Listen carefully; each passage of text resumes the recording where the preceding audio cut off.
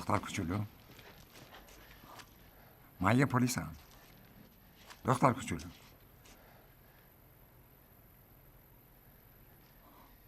نترس باشه. دختر کوچولو،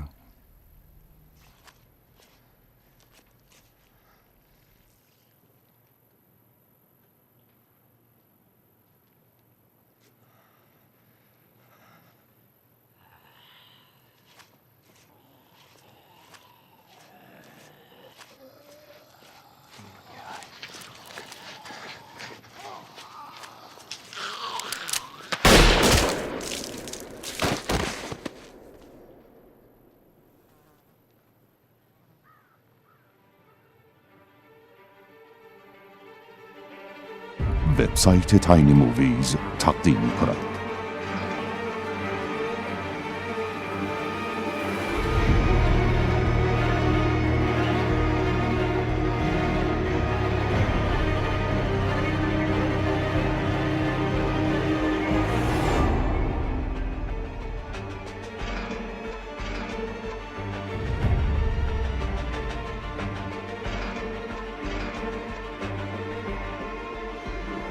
مردگان متحرک، فصل اول، قسمت اول.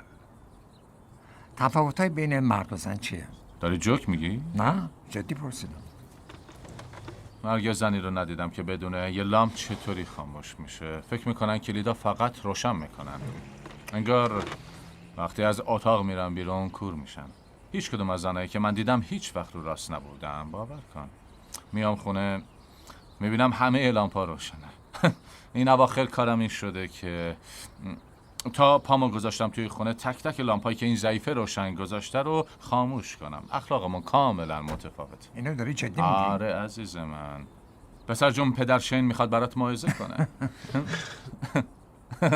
طرز فکرش مثل بقیه شونه. خانم‌ها برات با آب و تاب از گرم شدن زمین میگه. باور کن. اینجاست که پدر شین از انجیل براش نقل قول میاره که عزیزم اگه تو بقیه آدمای کدن شبیه تو فقط اینو بفهمن که کلید لامپ علاوه بر روشن کردن خاموشم میکنه، شاید ما دیگه چیزی به نام گرم شدن جهانی نداشته باشیم. بله. تو اینا رو بهش گفتی؟ آره. نسخه مؤدبانه‌شو گفتم. ولی رفیق با چنان نفرتی نگام میکرد که مطمئنم اصلا نمیتونی باور کنی. صداش یه دفعه میشه تو مایه‌های صدای جن تو فیلم جنگیر، میگه صدات مثل بابای لعنتیمه. همیشه سر قبض بغ جیغ و داد را میندازه. خب بهم بگو لامپ لعنتی رو خاموش کنم. خب اون وقت تو چی؟ دوست دارم بهش بگم آخه روانی اینی که من دارم بهت میگم تو کل زندگی شنیدی، ولی هنوز اونقدر احمقی که نمیدونی یه لامپ علاوه بر روشن شدن خاموشم میشه. البته واقعا این حرفا هیچ وقت نمیگم. آره اوضاع کاملا بدتر میشه. آره دیگه مجبورم نسخه مؤدبانه‌ش رو بگم. به نظر من کار درسته. بله قربان. بله. اوضاعت با لوری چطوره؟ خب اون تو خاموش کردن لامپا که کارش خوبه، جدا خوبه، ولی نمیدونم چرا بعضی وقتا قاطی میکنه. منظورم این نبود. شبای بدی رو میگذرونه. ببین رفیق، شاید من نتونستم یه نصیحت خوب بهت بکنم، ولی سعی خودمو کردم. حداقلش اینه که تونستی حرفتو بزنی. اونم همیشه همینو میگه. حرف بزن. فکر کن من باید همیشه مثل یه لال عوضی بشینم و گوش کنم که خانم چی میگه. خب این افکارتو باش در میان گذاشتی؟ احساساتتو باش در میان گذاشتی؟ مثلا اینه که این اواخر خیلی سعی کردم چیزی بگم که با اشتیاق بهم گوش بده، ولی انگار حوصله شنیدن حرفای منو نداره. میدونی تمام مدت خرابم میکنه، به من اصلا دلیلشو نمیفهمم. ببین رفیق، این مزخرفات از زوج میگذرونن، یه بخشی از زندگیه.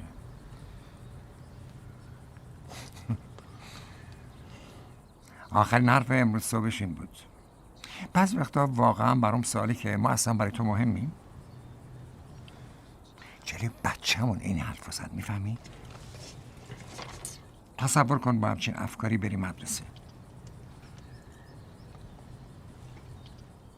تفاوت‌های بین زن و مرد چیه؟ من هیچ وقت بهش حرفی نزدم که کوچیکش کنم، به خصوص وقتی که کار پیشمونه.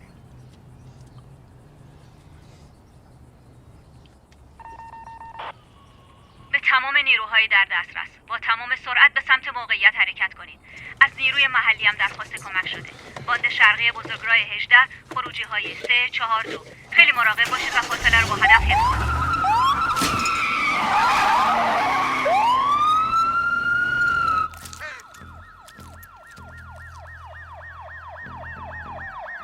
مظنونین 2 مرد سفید پوست هستند. مراقب باشید. یه مأمور محلی شهرستان لیندن مجروح شده.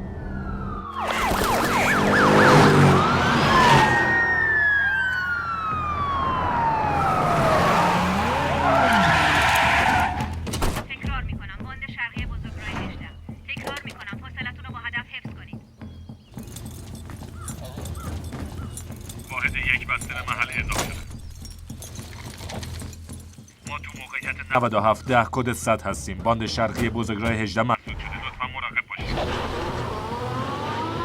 تکرار میکنم ما تو بزرگراه 18 هستیم. همه چی تحت کنترله.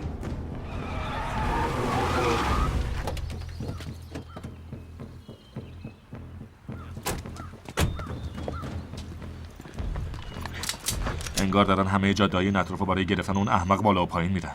شاید ما رو تو یکی از برنامه‌های تلویزیونی نشون بده. نظرت چیه؟ لئون به نظرم بهتر حواستو جمع کنی. مطمئن شو اسلحه‌ت پر و زامنشو بکش.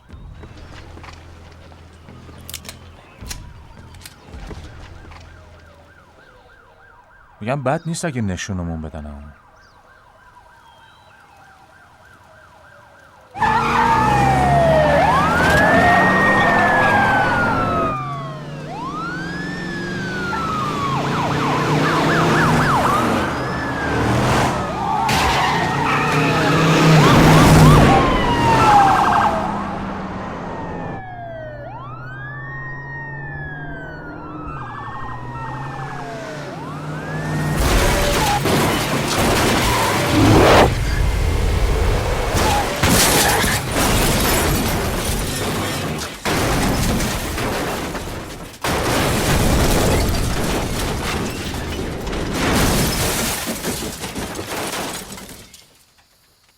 لعنتی.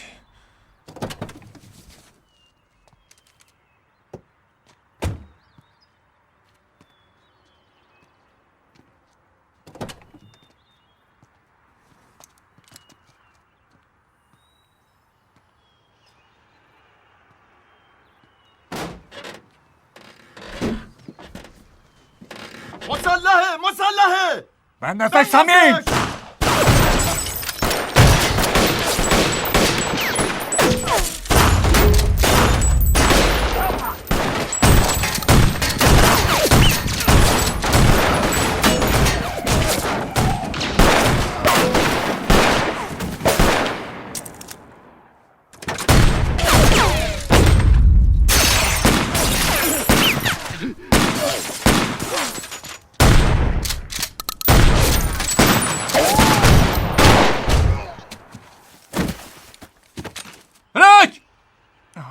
من خوبم.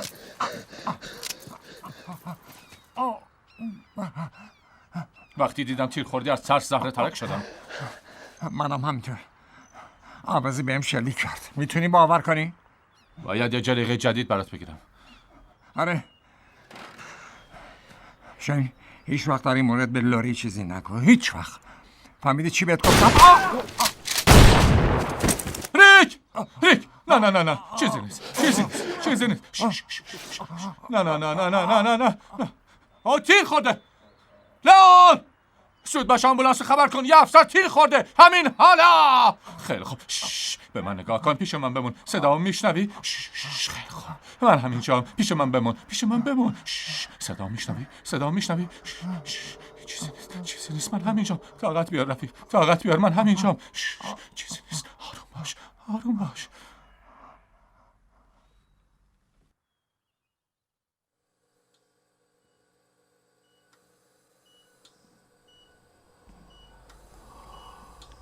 سلام رفیق.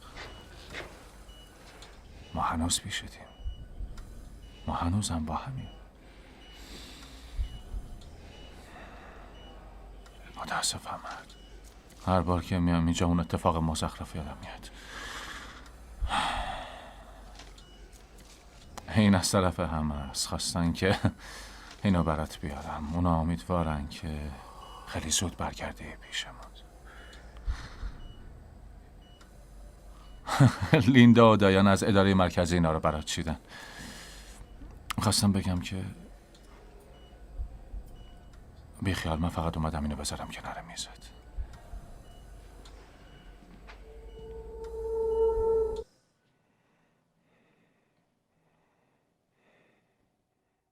چه گلدون باحالی، خیلی خاصه.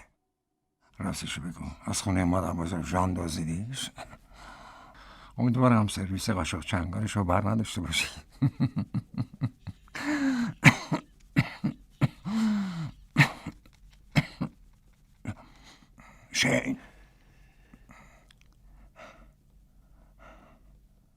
شین رفتی دستشویی؟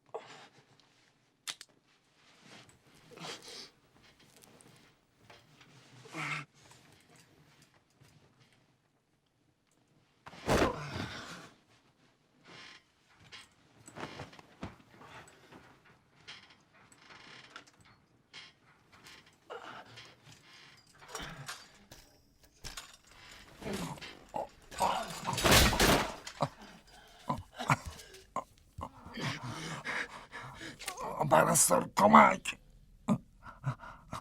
پرستار کمک!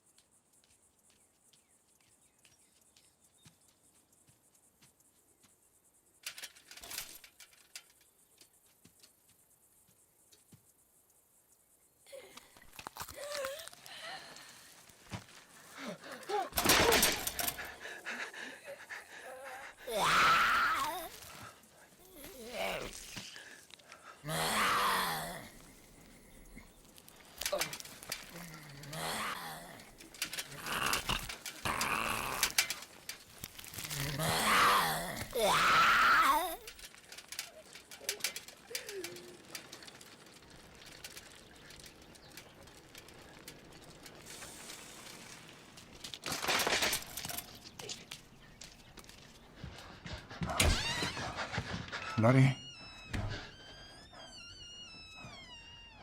لاری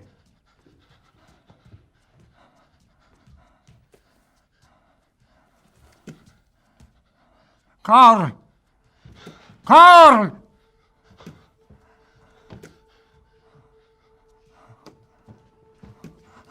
لوری کارل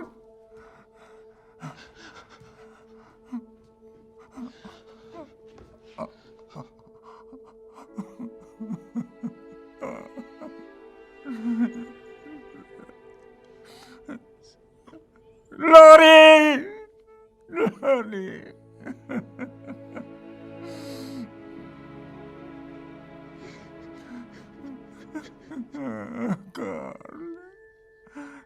کارل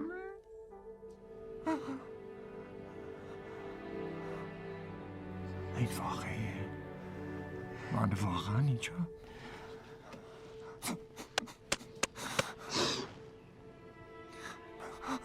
بیدار شو بیدار شو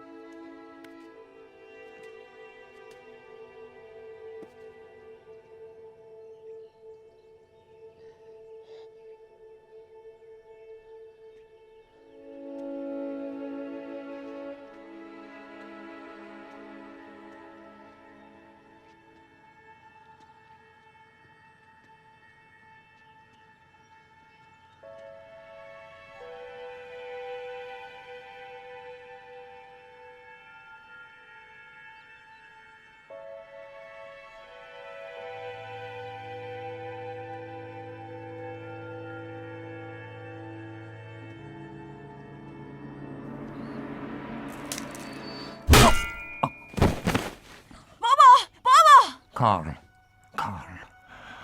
پیدات کردم بابا یکیشونو گرفتم زدم کلشو داغون کردم.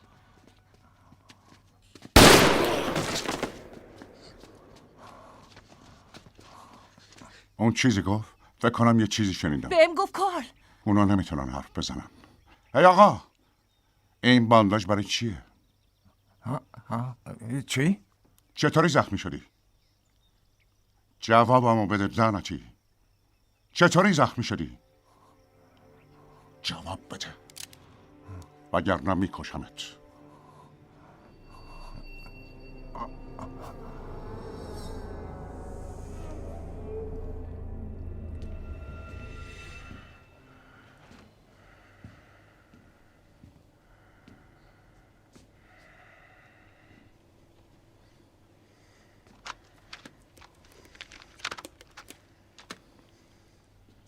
مجبور شدم پانسمان رو عوض کنم. خیلی کهنه شده بود. اون زخم چیه؟ چطور ایجاد شده؟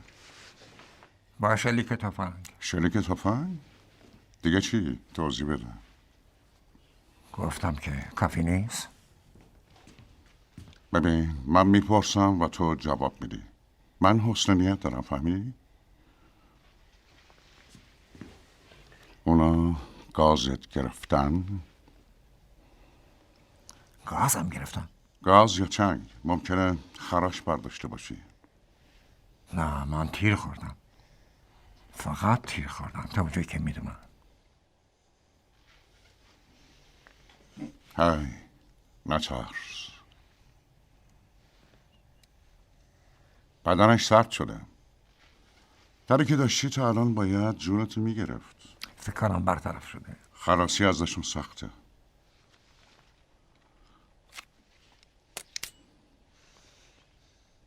خوب نگاش کن. خیلی تیزه. اگه بخوای کاری کنی با همین میکشمت. فکر نکن که این کارو نمیکنم.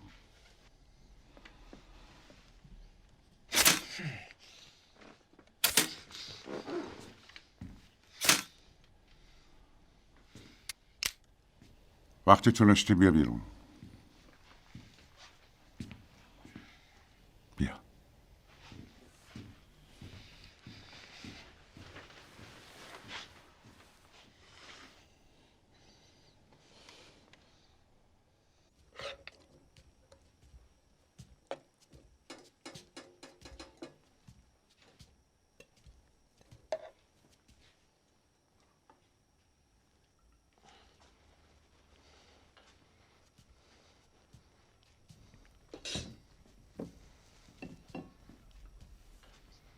اینجا خونه فرد و سیدنی دریکه. من دیدمشون. من قبلا اینجا بودم. اینجا مال اوناست. وقتی ما آمدیم اینجا خالی بود. این کارو نکن. اونا متوجه نور میشن. خیلی هاشون اون بیرونن. امروز نباید به اون تفنگ شلیک میکردم. صدا اونا رو به این سمت کشون. خیابون ازشون پر شده. شلیک کردن کار احمقانه‌ای بود. همه چی به سرعت اتفاق افتاد. فرصت فکر کردن نداشتم. تو امروز به یه آدم شلیک کردی؟ آدم؟ اون که آدم نبود. این چه حرفیه که از دهنت میاد بیرون؟ اون یه آدم نبود. تو بهش شلیک کردی. اونو تو خیابون به قتل رسوندی. فکر کنم چشمات ضعیف شده. اون یه مرده متحرک بود. بس کن. قبل از اینکه بیفتی بشین اینجا. بابا دعا کنیم.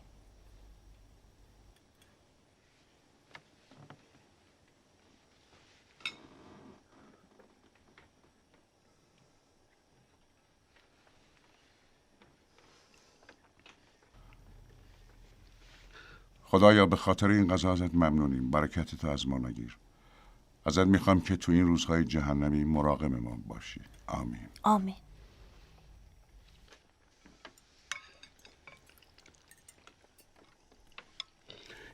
اصلا میدونی چه اتفاقی افتاده؟ من امروز به هوش اومدم. توی بیمارستان. بعدش رفتم خونم. فقط همینو میدونم. در مورد مرده که میدونی درسته؟ آره خیلی هاشونو دیدم. بیرون کنار اسکله تو کامیونای باربر. نه. اونایی که نقش زمین شدن رو نمیگم. اون مردهایی که هنوز راه میرن. مثل اونی که به شلیک کردن. چون میخواست تیکه تیکت کنه. سعی داشت بخورتت یا حداقل یه تیکه از گوشتتو بکنه. اگه این اولین باره که دربارش میشنوی میدونم چه حسی داری. اونا الان بیرون تو خیابونه؟ آره. وقتی تاریک میشه فعالتر میشن. شاید چون هوا خنک شده اومدن. شاید هم به خاطر شلیکی که امروز کردم. اما ما در امانیم تا وقتی سرخ صدا نکنیم. احتمالا صبح گروشونو گم میکنن. گوش کن. فقط یه چیزو میدونم. نظر گازت بگیرن. بانداژت همین ما رو به شک انداخت. گاز اونا میکشتت. داشتی از شدت تب میسوختی. اما بعد از مدتی به زندگی برگشتی.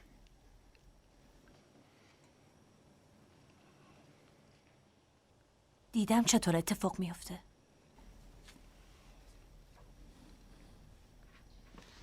ای بخیال.